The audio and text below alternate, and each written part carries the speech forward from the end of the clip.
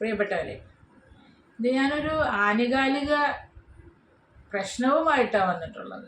ഒരു പ്രതിസന്ധി നമ്മുടെ സമൂഹം അഭിമുഖീകരിക്കുന്നതുമായി ബന്ധപ്പെട്ടാണ് സംസാരിക്കാൻ ഉദ്ദേശിക്കുന്നത്.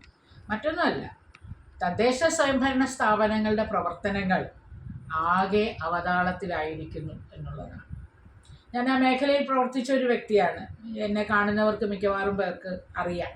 അതുകൊണ്ട് നന്നായി മനസ്സിലാകുമെന്നുള്ളതാണ്. പദ്ധതി വിഹിതം ലഭിച്ചിട്ടില്ല. ആദ്യ ഗഡു ഒരു 3000 കോടി രൂപ ഇപ്പം കിട്ടേണ്ടതാണ്. പദ്ധതി വിഹിതം കുറഞ്ഞു. ഈ തദ്ദേശ സ്ഥാപനങ്ങൾക്കുള്ളത് അത് 10,189 കോടി രൂപയോളമാണ് ഇടതുപക്ഷ സർക്കാർ മാറ്റിവെച്ചിരുന്നത്. പക്ഷെ അത് 1500 കോടി രൂപയോളം കുറഞ്ഞു. ഇപ്പോൾ 8600 കോടിയും കണ്ട് ബജറ്റിൽ വെച്ചിട്ടുള്ളൂ. അതവിടെ നിൽക്കട്ടെ, പോട്ടെ. അതിൻ്റെ തന്നെ ആദ്യ വിഹിതമാണ് 3000 കോടി എന്ന് പറയുന്നത്. അത് ഈ സ്ഥാപനങ്ങൾക്ക് നിഷേധിക്കപ്പെട്ടിരിക്കുകയാണ്. അവർക്ക് അവരുടെ പദ്ധതി ആരംഭിക്കാൻ സാധ്യമായിട്ടില്ല. പഞ്ചായത്തുകൾ മാത്രമല്ല, മുനിസിപ്പാലിറ്റികൾ, കോർപ്പറേഷൻ, ബ്ലോക്ക് എല്ലാം പ്രതിസന്ധിയിലാണ്. ഇത് പ്രാദേശിക സർക്കാരാണ് ജനങ്ങളുടെ, നമ്മുടെ സാധാരണ ആവശ്യങ്ങൾക്ക് പോലും നമ്മൾ സമീപിക്കുന്ന പ്രാദേശിക സർക്കാരായിട്ടാണ് നമ്മൾ ഇത്തരം സ്ഥാപനങ്ങളെ കാണുന്നത് എന്ന് ഏവർക്കും അറിയാം. അപ്പോൾ അടിയന്തരമായി ഇവർക്ക് പണം ലഭ്യമാക്കുക എന്നുള്ളത് വളരെ പ്രധാനമാണ്.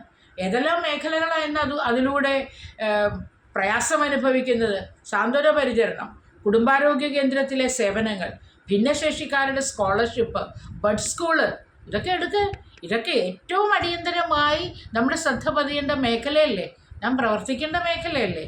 അതെല്ലാം ഇന്ന് വല്ലാത്ത വിഷമതയിലായി മാറിയിരിക്കുന്നു. ശരിയായ പ്രതിഷേധം വളർന്നു വരേണ്ടതാണ്. എന്തെല്ലാം കാര്യങ്ങൾക്ക് ഈ നാട്ടിലെ ആളുകൾ സോഷ്യൽ മീഡിയ ഉപയോഗിക്കുന്നു. പ്രിയപ്പെട്ടവരെ, ഇത് നമ്മുടെ പ്രാദേശിക പ്രശ്നമാണ്. ഇത് ആനുകാലിക വിഷയമാണ്. ഈ പണം ലഭ്യമായെങ്കിലും മാത്രമേ പഞ്ചായത്തുകൾക്ക് പ്രവർത്തിക്കാൻ പറ്റുള്ളൂ. അല്ലെങ്കിൽ അവർ വെറുതെ കട തുറന്നു വെച്ചുകൊണ്ടിരിക്കാനേ ഉള്ളൂ. അത് പൂട്ടിപ്പോകുന്ന അവസ്ഥയുണ്ടാവും. ഒരു കാര്യം വ്യക്തമാണ്, നമ്മുടെ കേരളത്തിനകത്ത് ഇത് തനത് വരുമാനം ഇല്ലാത്ത ഒട്ടേറെ പഞ്ചായത്തുകളുണ്ട്. അവരെങ്ങനെ മുന്നോട്ട് പോകുന്നു ഇപ്പോൾ എനിക്ക് മനസ്സിലാകുന്നില്ല. ഞാൻ പഞ്ചായത്ത് അസോസിയേഷൻ്റെ പ്രസിഡന്റ് കൂടിയായിരുന്നു. ഇന്ന് ആ പഞ്ചായത്ത് അസോസിയേഷൻ പോലും ഒരക്ഷരം പ്രതികരിച്ച് നമ്മൾ കാണുന്നില്ല എന്നുള്ളതാണ്. അപ്പോൾ അതുകൊണ്ട് അടിയന്തര ശ്രദ്ധ ഈ മേഖലയിൽ ഉണ്ടാവണം. വളരെ വേഗതയിൽ അവർക്ക് പണം അനുവദിക്കണം. അതിന് നമ്മളുടെ പ്രതികരണങ്ങൾ വളർന്നു വരണം, നമ്മളുടെ പ്രതിഷേധം വരണം.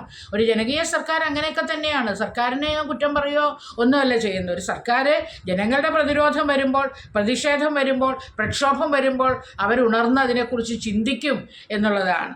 അതുകൊണ്ട് നമ്മൾ അഭിപ്രായം പറയണം. ഇത് ശരിയല്ല, ഇത് തെറ്റായ ഒരു രീതിയാണ് എന്ന് അഭിപ്രായം പറഞ്ഞ് നമ്മുടെ തദ്ദേശ സ്ഥാപനങ്ങളെ കരുത്തുറ്റ സ്ഥാപനങ്ങളാക്കി മാറ്റുന്നതിന് ആവശ്യമായ ഗവൺമെൻറ്റിൻ്റെ ഇടപെടൽ വേണമെന്നുള്ളതാണ് എനിക്ക് അഭ്യർത്ഥിക്കാനുള്ളത്. നന്ദി, നമസ്കാരം.